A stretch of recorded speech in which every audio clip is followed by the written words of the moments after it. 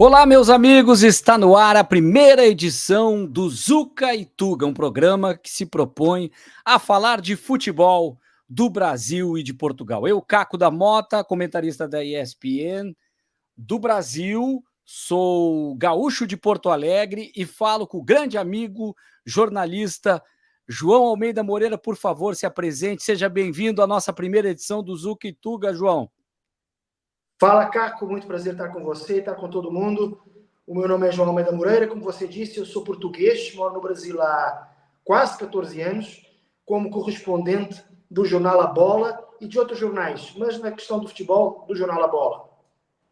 Pois é, e a gente propõe temas rapidamente, direto ao ponto, primeiro assunto, e eu passo a bola para você, João. Eurocopa foi a última dança de CR7 na seleção portuguesa? Olha, Caco, eu queria que sim, mas eu acho que não. E eu acho que não porque o Cristiano Ronaldo, embora seja um jogador de futebol, e um grande jogador de futebol, ele tem uma noção do esporte um pouco de tenista. Por quê? Porque ele pensa muito do ponto de vista individual. Não que ele não tenha sido um grande jogador coletivo, e como português eu estou muito agradecido a tudo o que ele fez. Mas ele tem uma noção de números que parece um tenista, parece um Djokovic, parece um Rafa Nadal, parece um Roger Federer. E eu estive a reparar que ele tem números inacreditáveis de 212 jogos pela seleção e 130 golos pela seleção. Golos, como a gente diz, ou gols, como se diz aqui no Brasil.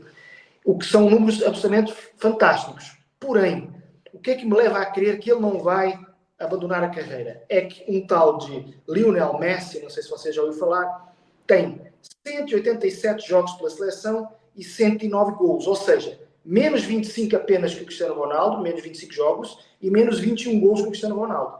E tem menos 2 anos, ou seja, o Cristiano Ronaldo deve estar a pensar, se eu saio agora, de repente, em 2 anos ou até menos, o Messi, que tem sido o grande rival dele, quer se queira, quer não, embora os dois sejam amigos, etc., pode me ultrapassar. E ainda há outros números, que é o do Modric, que pode ultrapassar em número de jogos, o Lukaku, o Lewandowski e o próprio Neymar, que também está próximo do Cristiano Ronaldo, tem apenas menos 51 gols. Eu sei que é bastante, né? Mas o Neymar tem menos de 6 anos que o Cristiano Ronaldo, portanto, quem sabe, ainda pode alcançar o CR7.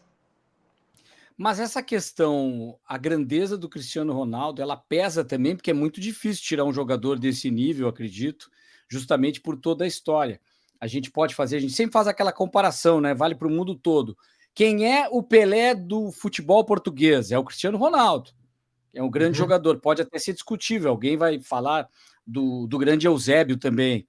Não sei, é discutível, em termos de qualidade, de importância. Mas para tirar um jogador desse de uma seleção, não é quando ele quer que ele saia, ele meio que não é que ele mande na seleção, mas é muito difícil dizer não para ele já dentro do campo, como aconteceu na Copa do Mundo, mas muito mais por não vestir a camisola ou a camiseta da seleção portuguesa.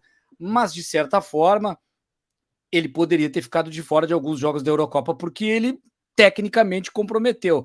E eu gostei da sua comparação, João, porque me lembra o tenista a corrida dos campeões, né? Aquela coisa do ranking, da liderança do ranking do tênis.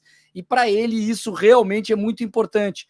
E talvez para os portugueses, aí tu pode responder melhor, aceitaria até essa continuidade, mesmo que comprometesse um pouco a coletividade da seleção, em função de que o seu grande ídolo merece ter esses números ao longo da sua carreira, vestindo a camisa da seleção e pelo futebol que tem, mesmo no mundo árabe, que acaba caindo bastante, não é?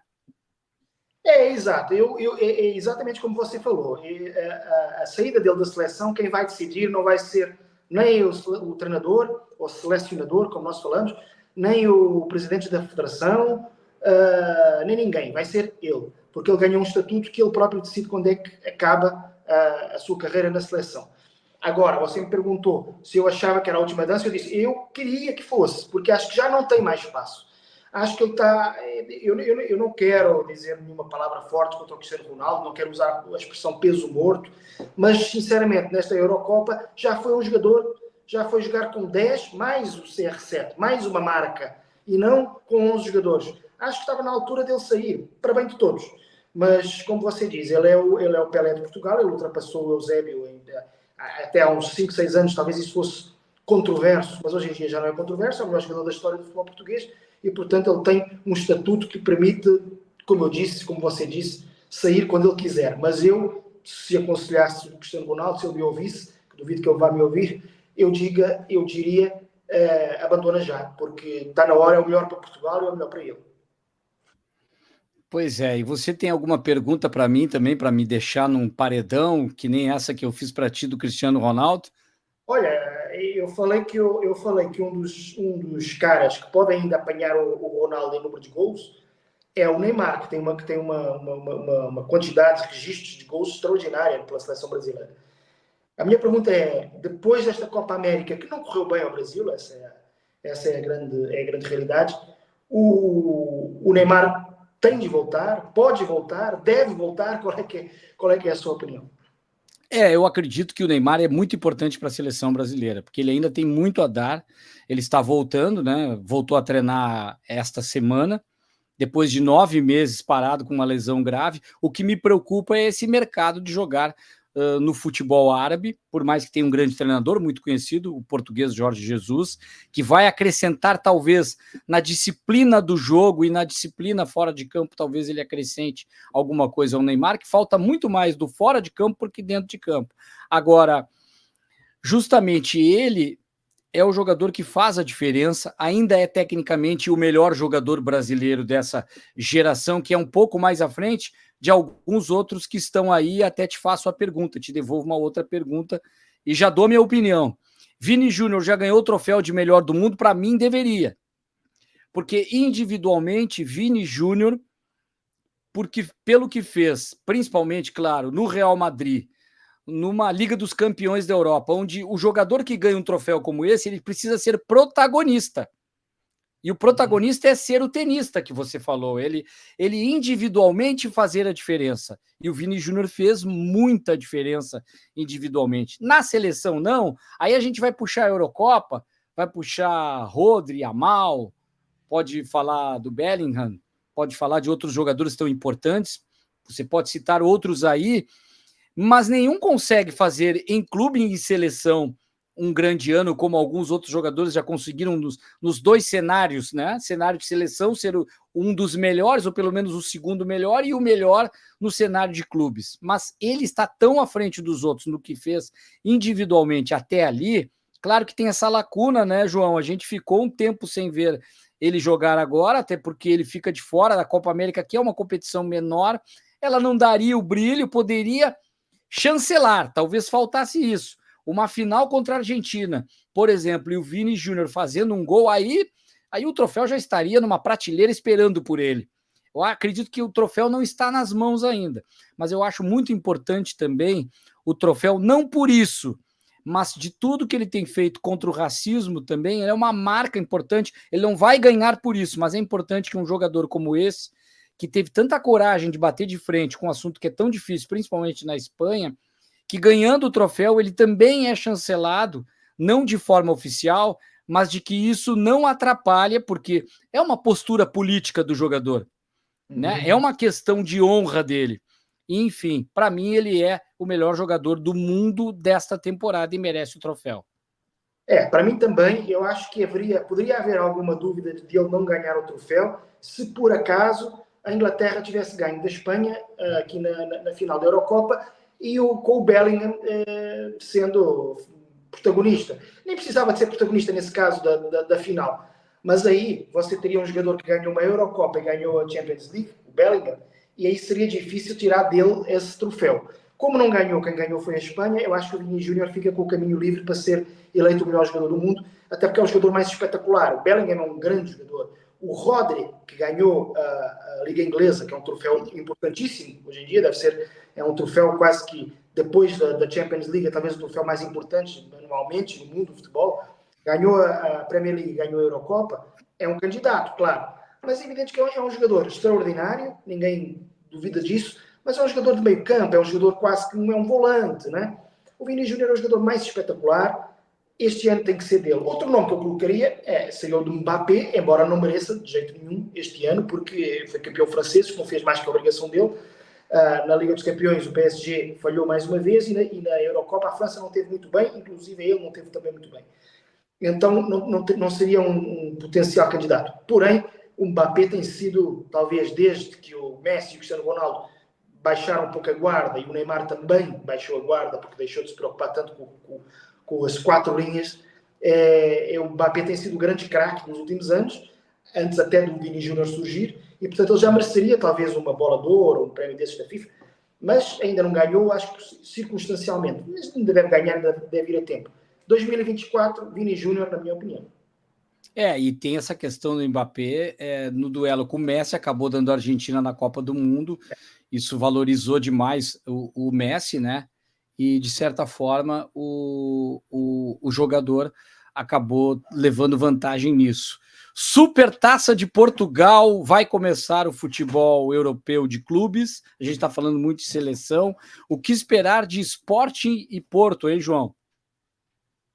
Olha, a minha pergunta é quem é que está pior, não é quem é que está melhor, porque praticamente nenhum se reforçou. O Sporting ainda contratou um goleiro chamado Kovacevic, que jogava no futebol polonês, polaco, como nós dizemos em Portugal, futebol polaco, aqui diz futebol polonês, que ainda é uma dúvida, não é? Ainda é uma incógnita. E um jogador, De Bast, que é um zagueiro central, como nós dizemos, belga, que jogava no Anderlecht e que jogou agora pela seleção belga, poucos minutos, mas jogou agora na Eurocopa, e portanto é um jogador com credenciais. Mas é só, contratou esses dois e deixou sair o Paulinho, que é um atacante que você conhece bem dos comentários da ESPN, um atacante que era importante. Saiu o Adam, o goleiro que começou a época como titular, e, acima de tudo, saiu o Coates, que era o capitão da equipe e o grande líder do Sporting dos últimos anos. São jogadores que estavam há 7, há 4, há 3 anos no clube e, portanto, vai ter algum impacto, não sei se tanto no campo, mas principalmente no balneário, como nós dizemos, ou vestiário, como vocês dizem aqui. Entretanto, essas saídas são zero quando comparadas com as saídas que o Porto teve. O Porto deixou de contar com o treinador que teve lá 7 anos, Sérgio Conceição. Para se ter ideia do que é que são 7 anos no futebol, de um treinador, basta ver que o Abel Ferreira está há 4 anos no Palmeiras e parece uma eternidade, não é? Ele teve 7 no Porto. E, portanto, é uma nova era que se abre. Mas muito mais do que isso, é uma nova era porque, pela primeira vez, desde que eu me conheço, eu já não sou assim tão jovem, Caco, infelizmente, desde que eu me conheço, é a primeira vez que o Porto vai começar uma temporada sem Jorge Nuno Pinto da Costa como presidente do clube. Teve lá 42 anos e antes disso teve como vice-presidente, ou seja, eu não me lembro do Porto sem Pinto da Costa. Portanto, é quase que poderia dizer que é um novo clube este Futebol Clube do Porto que vai aparecer. Portanto, neste momento vai ser um clássico de ausências, um clássico de saídas, muito mais do que um clássico de entradas ou de reforços, até porque o Porto ainda não contratou ninguém, né? Só regressos de empréstimo, etc. Para não dizer que a gente falou do Benfica, o que a gente pode dizer em termos de Benfica, Porto e Sporting no comparativo? De novo, muito equilibrado, campeonato português, ou alguém larga em vantagem por ter, por exemplo, continuidade, ou a desvantagem é do Porto, que tem técnico novo? Para mim é isso. O Porto, com essas mudanças todas, e com um técnico novo, e todo esse tempo sem o Sérgio Conceição, acredito que ele larga atrás do Sporting e do próprio Benfica. Sim, o Benfica, a torcida do Benfica teve uma ótima notícia e uma notícia não tão boa nos últimos dias. A ótima notícia é que o Di Maria continua, não é? O Di Maria é um jogador que tem um diferencial total, é um jogador de outro campeonato, eu diria, apesar dos 37 já, né? Sim. Mas teve a má notícia de sair um jogador que você conhece muito bem, do que acompanhou na temporada passada, que é o João Neves, o jogador de meio campo, jovem, que já está certo, ou se não está certo, está por detalhes, para o Paris Saint-Germain. E é claro que é uma notícia ruim, mas boa, porque virão uns milhões ainda, não se sabe ao certo quantos, mas uns milhões largos para os cofres do Benfica, e portanto o Benfica vai se reforçar. Mas o Benfica já está no mercado, já está mais animado, ou seja, já saiu um grande jogador, mas pelo menos manteve de certeza um grande jogador. Porto e Sporting ainda estão na expectativa, à espera de saber o que é que os tubarões da Europa, aqueles grandes clubes, vão fazer. E só depois desses tubarões se mexerem é que na cadeia alimentar europeia, né, é a vez do futebol português, depois com os milhões ganhos desses tubarões, tentar contratar no Brasil ou noutros mercados jogadores para colmatarem essas saídas. Pois é, a gente está falando muito do futebol de Portugal, das seleções, tem também Campeonato Brasileiro, o pessoal deve estar perguntando, pô, vocês não vão falar dos portugueses que estão no Brasil? Sim, mas cada episódio a gente propõe temas diferenciados, fatiados, para que você possa aproveitar os comentários meu e do João, e você participa também, curtindo, compartilhando, se inscreva no canal do YouTube, para ajudar que o canal cresça, está nesse primeiro episódio, e certamente teremos temas também assim. Mas para puxar a brasa para o nosso assado brasileiro, tem a história do Flamengo querendo investir e ter um segundo clube, digamos assim, um primeiro clube na Europa, que é o Leixões. Que clube é esse, João Almeida? Então, o Leixões é um clube que tem, pequeno, né? Obviamente, é um clube pequeno, mas que tem bastante tradição em Portugal. É um clube de Matosinhos. Matosinhos é uma cidade ao lado do Porto. Está para o Porto como, assim, deixa eu pensar, Niterói, está para o Rio de Janeiro. Sim. É ali do lado.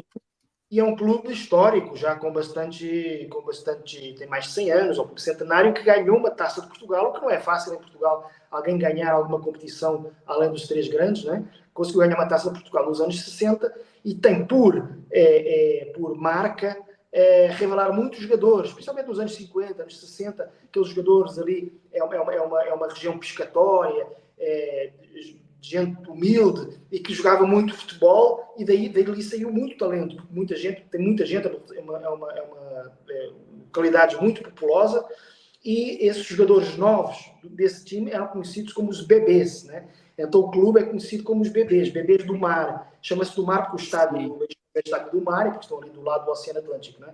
Mas, portanto, o Flamengo, no fundo, vai contratar bebês, né?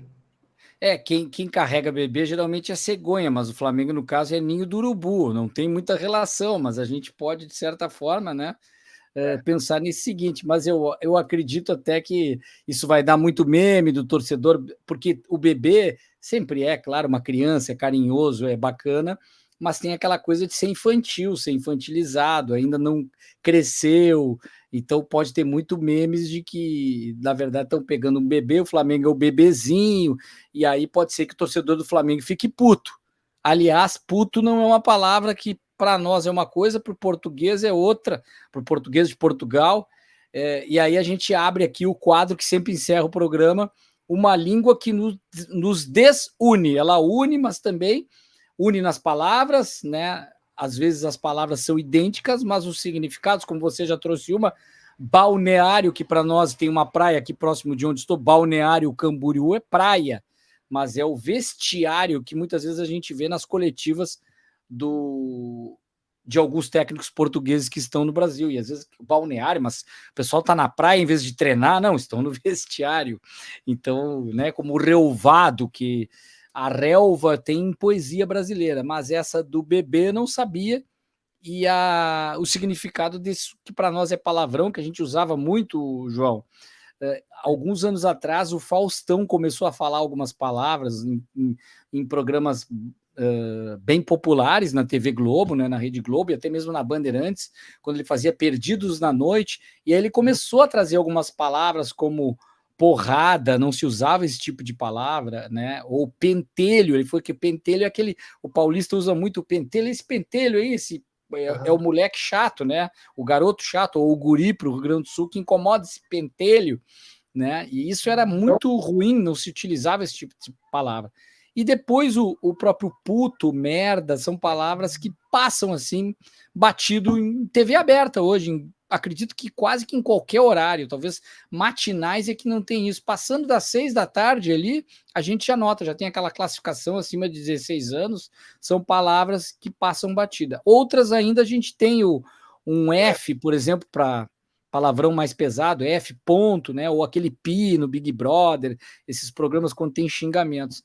Mas em Portugal há um significado diferente, Você falou aí, estava falando de pentelho lá em São Paulo, de guri no Rio Grande do Sul, e puto é isso. Puto não passa de um guri, de um pentelho, né? Eu, quando comecei nas redações, eu era chamado de puto, puto, vai aqui pegar isto, puto, e jamais fiquei puto. Eu ficaria furioso se alguém me chamasse assim. Mas eu não fiquei puto por causa disso, porque puto. É, aí, depois eu mais velho um pouco, também comecei com os estagiários que estavam, eu era editor e perto dos estagiários, ó, puto, vem aqui, puto, na boa. Inclusive já foi, não lembro quando, mas em mais que uma circunstância, manchetes de primeira página de jornal, os putos do Sporting, ou os putos do Benfica, quando aparece aí uma fornada de garotos da base e tal, ou seja, é uma palavra absolutamente normal em Portugal e que quer dizer isso. Eu acho que a tradução mais próxima é moleque, porque não é bem garoto, né? Aí garoto seria uma coisa tipo mais rapaz, né? Assim, mas quando a gente fala moleque, guri, já é assim de um jeito assim mais carinhoso, mas ao mesmo tempo sendo assim não tão carinhoso, né? E é isso que a gente chama puto, puto, vem cá, pá, puto, vem cá. E é nessa base, mas ninguém se ofende de maneira nenhuma. Inclusive, até há um fado muito famoso em Portugal, cantado pelo Carlos do Carmo, que é um dos principais intérpretes, chamado Os Putos, que é a falar da garotada que anda da molecada que anda a correr, a jogar a bola, a soltar a pipa, que lá a gente diz soltar papagaio, também é diferente. Claro. E, Pandorga, no Rio Grande do Sul. Não sabia, né? Pandorga. Então, No lá Rio em Grande do Portugal. Sul, aliás, vou trazer bastante expressões do, do Rio Grande do Sul que são diferentes. Assim, se usa muito o guri mesmo, rapaz. E alguns lugares também, o próprio Paraná usa também, é piá, né? Yeah. Piá, né? Que é usado esse garoto, esse piá, então, enfim. Mas é bacana, a gente estuda a nossa língua, fala um pouco disso, isso nos une, nos desune por uma questão de significado, mas é importante até que a gente saiba para não cometer uma gafe lá ou algum português cometer uma gafe aqui com alguma coisa que possa parecer algo e não é bem assim. João, muito legal o primeiro programa. Sim, pode concluir. Não, eu ia dizer que há muitos mais casos, vão alimentar muitos programas nossos, esses casos de coisas que querem dizer uma coisa aqui, outra coisa lá. Exatamente. Fica o convite para você, se inscreva no canal, faça os seus comentários aqui no vídeo e compartilhe também com seus amigos, dê sugestões de pautas. Vamos falar muito do futebol brasileiro, né, João, também. Vamos trazer os técnicos, um pouco do histórico, coisas mais antigas também. E você está convidado aqui com a gente. Um abraço e até a próxima. Tchau, tchau. Grande abraço. Até mais.